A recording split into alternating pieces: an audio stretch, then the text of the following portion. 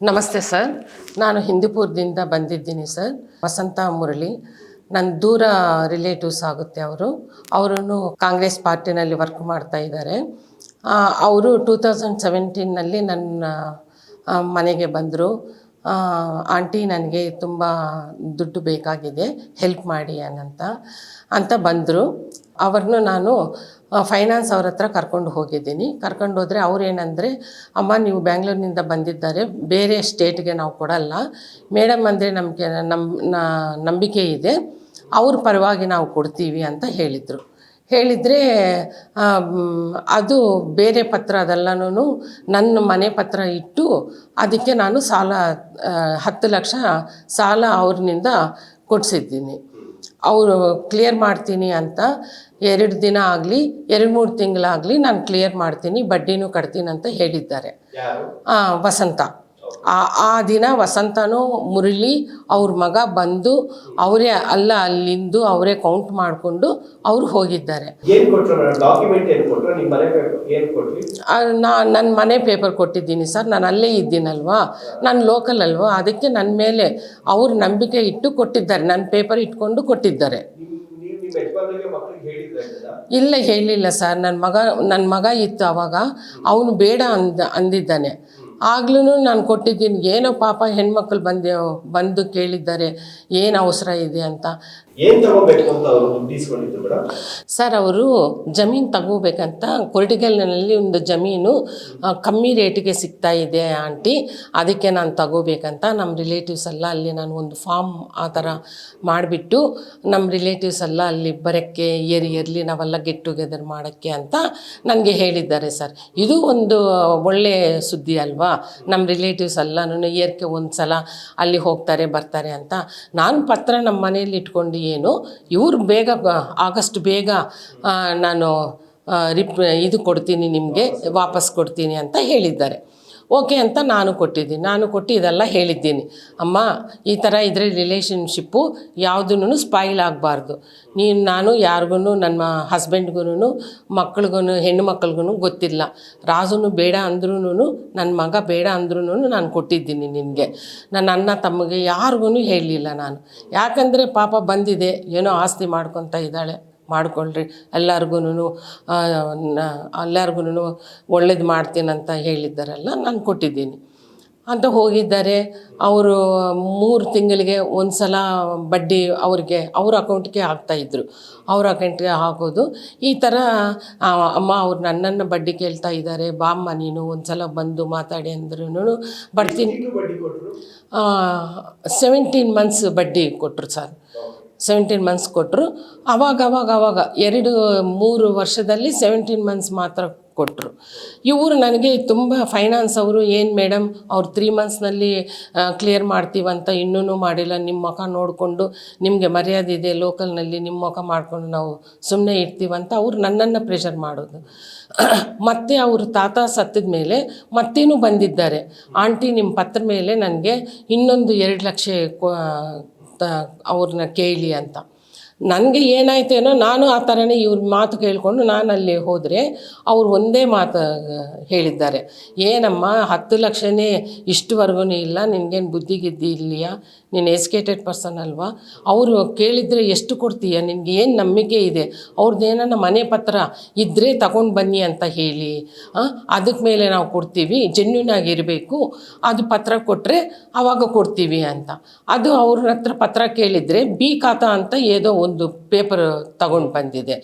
A ಖಾತಾ ಬೇಕು ನಮಗೆ, ಬಿ ಖಾತಾ ಅಂದರೆ ಇದೆಲ್ಲ ವೇಸ್ಟ್ ಲ್ಯಾಂಡ್ ಇರುತ್ತೆ, ರಿಜಿಸ್ಟರ್ ಅದೆಲ್ಲ ಆಗಿಲ್ಲ ಅಂತ ಅದು ಕೊಟ್ಬಿಟ್ಟು ಅವರು ಇಲ್ಲಮ್ಮ ನಾವು ಕೊಡೋಕ್ಕಂಗಾಗಲ್ಲ, ಅವರು ತಾತ ಸತ್ತೋಗಿದ್ದಾರೆ, ಖರ್ಚಿಗೆಲ್ಲ ನನಗೆ ಬೇಕಂటే ನನ್ನ ಹತ್ರ ಇಲ್ಲ ಅಂತ ಬಂದು ಕೇಳಿದ್ದಕ್ಕೆ ಮತ್ತೆ ಹೋಗಿದ್ದಕ್ಕೆ ಅವರೇ ನನ್ನ ಬಯಸಿದ್ರು.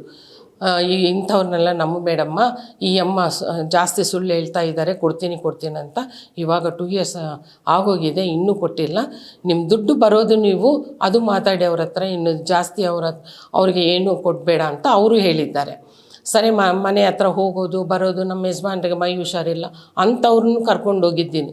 ನಮ್ಮ ಯಜಮಾನ್ರೂ ವಸಂತಮ್ಮ ಬೇಗ ಕೊಡಮ್ಮ, ಯಾಕಮ್ಮ ಈ ಥರ ಮಾಡ್ತಾ ಇದೀಯಾ, ಅಲ್ಲಿ ಬಂದು ಅವ್ರ ಹತ್ರನೇ ಮಾತಾಡಿ ಎಷ್ಟು ಕೊಡಬೇಕು ನೀನೇ ಸೆಟ್ಲ್ ಮಾಡಮ್ಮ, ಅವ್ರು ಬಂದು ನೀನು ಕ್ಲಿಯರ್ ಆದಮೇಲೆ ನಮ್ಮ ಪತ್ರ ನಮಗೆ ಕೊಡ್ತಾರೆ ಅಂತ ಜಾಸ್ತಿ ಸಲ ನಾನು ದುಡ್ಡು ಖರ್ಚು ಮಾಡಿಕೊಂಡು 5,000 6,000 ಆಗುತ್ತೆ.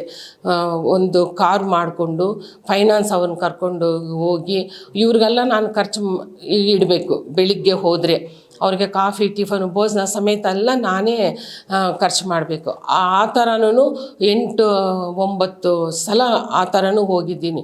ನಾನು ನನ್ನ ಮಗ ಅರ್ಲಿ ಮಾರ್ನಿಂಗ್ 4:30ಗೆ ಟ್ರೈನ್ಗೆ ಹೋಗಿ ಲೇಟ್ ಆದರೆ ಇವ್ರು ಇರಲ್ವಲ್ಲ, ಅಲ್ಲಿ ಹೋಗಿದ್ದೀನಿ ಇಲ್ಲಿ ಹೋಗಿದ್ದೀನಿ ಅಂತಾರೆ ಅಂತ ನಾವು ಅರ್ಲಿ ಮಾರ್ನಿಂಗೆ ನಾನು ನನ್ನ ಮಗ ಹೋಗಿ ಅಕ್ಕ ನನ್ನ ಮಗನ ಅಕ್ಕ ಕೊಡಕ್ಕ ಬೇಗ ಕೊಡಕ್ಕ, ಏನಕ್ಕ ಈ ಥರ ಮಾಡ್ತೀಯ, ನಮ್ಮನ್ನು ಫೈನಾನ್ಸ್ ಅವರು ತುಂಬ ಸಿಕ್ಕಾಪಟ್ಟಿ ಬಯಸ್ತಾ ಇದ್ದಾರೆ, ಬೇಗ ಕೊಡಕ್ಕ, ಅಪ್ಪನಿಗೆ ಗೊತ್ತಿಲ್ಲಕ್ಕ ಅಕ್ಕವ್ರಿಗೂ ಗೊತ್ತಿಲ್ಲಕ್ಕ ಅಂತ ಎಷ್ಟು ಸಲ ಹೇಳಿದ್ದೀನಿ.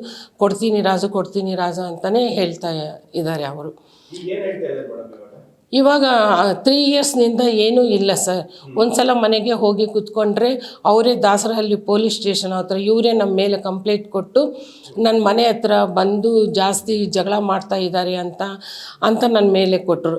ಅವರು ನಮಗೆ ಫೋನ್ ಮಾಡಿ ನೀವು ಅಲ್ಲೆಲ್ಲ ಹೋಗೋದು, ಅವ್ರನ್ನ ಭೇಟಿ ಮಾಡಬೇಕಂದ್ರೆ ನೀವು ಇದಕ್ಕೇ ಪೊಲೀಸ್ ಸ್ಟೇಷನ್ಗೆ ಬರಬೇಕು ಅಂತ ಅವ್ರ ಹತ್ರ ಇವರು ನಮಗೆ ಹೇಳಿಕೊಟ್ರು. ಅಲ್ಲಮ್ಮ, ನಾನು ಕೊಟ್ಟಿರೋದು ನಿನಗೆ ನಮ್ಮ ದುಡ್ಡು, ನಾನು ಯಾಕೆ ಹೋಗಬೇಕು, ನೀನು ಬಂದು ನಮ್ಮೂರಿನಿಂದ ತಗೊಂಡೋಗಿದ್ದೀಯ, ನೀನೇ ಬಂದು ನೀನೇ ಅದೆಲ್ಲ ಕ್ಲಿಯರ್ ಮಾಡ್ಕೋಬೇಕು, ನನಗೇನಮ್ಮ ಈ ಕಷ್ಟ ಬರೋದು ಹೋಗೋದು ಇದೆಲ್ಲ, ನನಗೆ ಎಷ್ಟು ಖರ್ಚಾಗುತ್ತೆ ಅಂದರೆ ಒಂದು ಪ್ರಾಬ್ಲಮ್ಗೆ ನಾನು ದುಡ್ಡು ಸಮಸ್ಯೆ ಪತ್ರ ಸಮಸ್ಯೆ ನಾನು ಹೇಳಿದರೆ ಅವ್ರು ಏನೇನೋ ಹೇಳ್ತಾರೆ. ನೀವು ಬಂದಿದ್ದೀರಾ ಹೋಗಿದ್ದೀರಾ, ನಿಮ್ಮ ಖರ್ಚಿಗೆಲ್ಲ ನಾವು ಇಟ್ಟಿದ್ದೀನಿ ಅದೆಲ್ಲ ಸರಿ ಹೋಗುತ್ತೆ, ನನ್ನ ಮಕ್ಕಳು ಅವ್ರ ಮನೆಗೆ ಹೋಗಿದ್ದೆ ಅದು ಅವ್ರಿಗೂ ನಾನು ತಿಂಡಿ ಅದೆಲ್ಲ ಇಟ್ಟಿದ್ದೀನಿ, ಅದೆಲ್ಲ ಖರ್ಚು ಹೋಗುತ್ತೆ, ಏನೇನೋ ನಮಗೆ ಅರ್ಥನೇ ಆಗಲ್ಲ ಅವ್ರು ಮಾತಾಡೋದು. ನಾನು ಏನು ಹೋಗಿದ್ದು ನೀನು ಅಲ್ಲಿ ದುಡ್ಡು ಕಟ್ಟಬೇಕು, ಅದು ಕ್ಲಿಯರ್ ಮಾಡ್ಕೊತ ನಾನು ಹೋದರೆ ಈ ಥರ ಏನೇನೋ ಬಾಯಿಗೆ ಬಂದಾಗಲ್ಲ ನಾನು ಸತ್ತೋಗ್ತೀನಿ, ನಿಮ್ಮ ಮೇಲೆ ವಿಷ ತಗೊಂಡು ಸತ್ತೋಗ್ತೀನಿ, ಪೊಲೀಸ್ ಕಂಪ್ಲೇಂಟ್ ಮಾಡ್ತೀನಿ, ಹಿಂದೂಪುರ ಅವರು ಬಂದು ನನಗೆ ಬೇಜಾರಾಗ್ತಾ ಇದ್ದಾರೆ, ಈ ಥರ ಎಲ್ಲನೂ ಮಾತಾಡ್ತಾರೆ. ಲಾಸ್ಟು ಒಂದು 2 ಇಯರ್ಸ್ ಬ್ಯಾಕು ನನಗೆ ತುಂಬ ಬೇಜಾರಾಯಿತು. ಅವ್ರು ಚಿಕ್ಕಮ್ಮಗೆ ಫೋನ್ ಮಾಡಿ ಅಕ್ಕ ಈ ಥರ ಎಲ್ಲ ಮಾಡಿದ್ದಾರೆ, ಸ್ವಲ್ಪ ಹೊತ್ತು ನೀವನ್ನ ಹೇಳಿ ಅಕ್ಕ ಅಂತ ರಿಲೇಷನ್ ಅವ್ರ ಹತ್ರ ಹೋದರೆ ನನ್ನಿಂದ ಪಾಪ ಅವರೂ ಬಯಸ್ಕೊಂಡ್ರು. ನನ್ನ ರಕ್ತ ಸಂಬಂಧಿಕರು ಯಾಕೆ ಕೊಟ್ಟಮ್ಮ ನೀನು ಅಂದ್ರೂ ಏನೋ ಹೆಣ್ಮಕ್ಳು ಬಂದಿದೆ ಹೆಲ್ಪ್ ಮಾಡಬೇಕಂತ ಮಾಡಿದ್ದೀನಿ ಅಂತ. ಇವಾಗಲೂ ಹೇಳ್ತಾ ಇದ್ದೀನಿ ವಸಂತ, ಆವತ್ತು ಅಮ್ಮನ ಥರ ಕೊಟ್ಟಿದ್ದೀನಿ, ಇವತ್ತು ಅಮ್ಮನ ಥರನೇ ನಿನ್ನ ಬೇಡ್ಕೊತಾ ಇದ್ದೀನಿ. ಬಂದು ಏನೇನಿದೆ ನೀನು ಏನೇನು ಕೊಟ್ಟಿದ್ದೀಯಾ, ಎಷ್ಟು ಕೊಟ್ಟಿದ್ದೀಯಾ, ಏನೇನು ಇದು ಚೆಕ್ನಲ್ಲಿ ಕೊಟ್ಟಿದ್ದೀಯಾ ಅದೆಲ್ಲ ಲೆಕ್ಕ ಜಮಾ ಹಾಕ್ಕೊಂಡು ಅವ್ರು ನಿನಗೆ ಕೊಡಬೇಕಾ ನೀನು ಅವ್ರಿಗೆ ಕೊಡಬೇಕಾ, ಒಂದು ಸೆಟಲ್ಮೆಂಟ್ ಮಾಡಮ್ಮ. ಇಷ್ಟುವರೆಗೂ ಆಗೋಕ್ಕೆ ನೀನೇ ಕಾರಣ. ಇಷ್ಟು ಬಂದು ನಾನು ಆಚೆ ಕಡೆ ಬಂದಿಲ್ಲ, ನಿನಗೆ ಸಹಾಯ ಮಾಡಿದ್ದಕ್ಕೆ ಇವತ್ತು ನಾನು ಇಷ್ಟು ಕಷ್ಟಪಡ್ತಾ ಇದ್ದೀನಿ. ನನಗೇನು ಆರೋಗ್ಯ ಸರಿ ಇಲ್ಲ ಸರ್. ಕಂಪ್ಲೇಂಟ್ ನಾನು ಕೊಟ್ಟಿಲ್ಲ ಸರ್, ರಿಲೇಷನಲ್ಲಿ ಎಂದಕ್ಕೆ ಕೊಡಬೇಕು ಅಂತ ನಾನು ಕೊಟ್ಟಿಲ್ಲ. ಇಲ್ಲಿ ಸರ್ ಮೊನ್ನೆ ಸುವರ್ಣ TV ನೋಡಿಕೊಂಡು ನಂದಿನಿ ಲೇಔಟ್ ಇದು ಅಲ್ಲಿ ಪೊಲೀಸ್ ಅವ್ರ ಹತ್ರ ಹೋಗಿದ್ದೀನಿ ಸರ್. ಅವರು ದೊಡ್ಡ ಸಾರ್ ಇದ್ದರು, ಏನಮ್ಮ ಸಮಸ್ಯೆ ಎಲ್ಲ ಇದೆಲ್ಲ ತೋರಿಸಿದ್ದೀನಿ ನಾನು. ತೋರಿಸಿದ್ದಕ್ಕೆ ಅವ್ರು ನನ್ನ ಹೆಸರು ಅದೆಲ್ಲನೂ ಬರ್ಕೊಂಡಿದ್ದಾರೆ ಸರ್. ಆಗಲೇನಮ್ಮ ಏನನ್ನ ಇದ್ದರೆ ನಾವು ಕರೆಸ್ತೀವಿ ಬನ್ನಿ ಅಂತ. ಅವರು ಇದನ್ನು ನೋಡಿ ಸರ್, ಇದು ಈ ಸ್ಟೇಟ್ಮೆಂಟಲ್ಲ ಅವತ್ತು ಕೊಟ್ಟಿದ್ದಾರೆ. ಇದಕ್ಕೂ 2 ವರ್ಷ ಆಯಿತು. ಇದನ್ನು ರೆನ್ಯೂವಲ್ ಮಾಡ್ಕೊಂಡು ಇದು ಅಗ್ರಿಮೆಂಟ್ ಸರ್, 10 ಲಕ್ಷ ಕೊಟ್ಟಿದ್ದೀವಿ ಅಂತ ಇದನ್ನು ಕೊಟ್ಟಿದ್ದಾರೆ. ಇದನ್ನು 2 ಇಯರ್ಸ್ ಟೈಮ್ ಆಗೋಗಿದೆ ಬಾಮ್ಮ ಇದು ರೆನ್ಯೂವಲ್ ಮಾಡಿ ಅಂತ ಮಾಡಿಲ್ಲ. ಇನ್ನೂ 2 ಚೆಕ್ ಕೊಟ್ಟಿದ್ದಾರೆ ಸರ್, ಇದನ್ನು ಬೌನ್ಸ್ ಆಯಿತು. ಇದು 3 ಲ್ಯಾಕ್ಸ್ ಒಂದು ಬ್ಯಾಂಕ್ಗೆ ಹಾಕಿದರೆ ಬ್ಯಾಂಕ್ ಅವರು ಕೊಟ್ಟಿದ್ದಾರೆ. ಇದನ್ನು ಬೌನ್ಸ್ ಆಗಿದೆ. ಇದು ಬೌನ್ಸ್ ಆಗಿದೆ ಅಂತ ಇಂದು 1 ಲಕ್ಷ ಹಾಕಿಲ್ಲ ಸರ್. ಇದು ಅವ್ರಿಗೆ ಹೇಳಿದ್ದೀವಿ ಇದು ಬೌನ್ಸ್ ಆಗಿದೆ, ಇದು ಮತ್ತೆ ಬೌನ್ಸ್ ಆಗುತ್ತೆ ಅಂತ ಕೇಸ್ ನಿನ್ನ ಮೇಲೆ ಫೈಲ್ ಆಗುತ್ತೆ ಅಮ್ಮ, ಅದಕ್ಕೆ ನಿನ್ನ ಮೇಲೆ ಫೈಲ್ ಆಗಬಾರ್ದು, ಪೊಲೀಸ್ ಕೇಸ್ ಹಿಂದೂಪುರ್ನಲ್ಲಿ ಆಗಬಾರ್ದಂತ ನಾನೇ ಸುಮ್ಮನೆ ಇದ್ದೀನಿ. ನಿನಗೆ ಫೋನ್ ಮಾಡ್ತಾಯಿದ್ದೀನಿ, ನೀನು ಬರ್ತಾ ಇಲ್ಲ, ಏನು ಮಾಡಬೇಕಮ್ಮ ಇದೆಲ್ಲನಾದರೆ ಏನನ್ನ ಮಾಡ್ಕೊಳ್ರಿ ಆಂಟಿ, ನಾನು ಸತ್ತೋಗ್ತೀನಿ, ಬಾಮ್ಮ ವಸಂತ, ನಿನಗೆ ಕೈ ಮುಗ್ತಾ ಇದು ಬೇಡ್ಕೊತಾ ಇದ್ದೀನಿ ನಾನು, ನೀನು ಬಂದು ಅಲ್ಲಿ ಸೆಟ್ಲ್ ಮಾಡ್ಕೊಮ್ಮ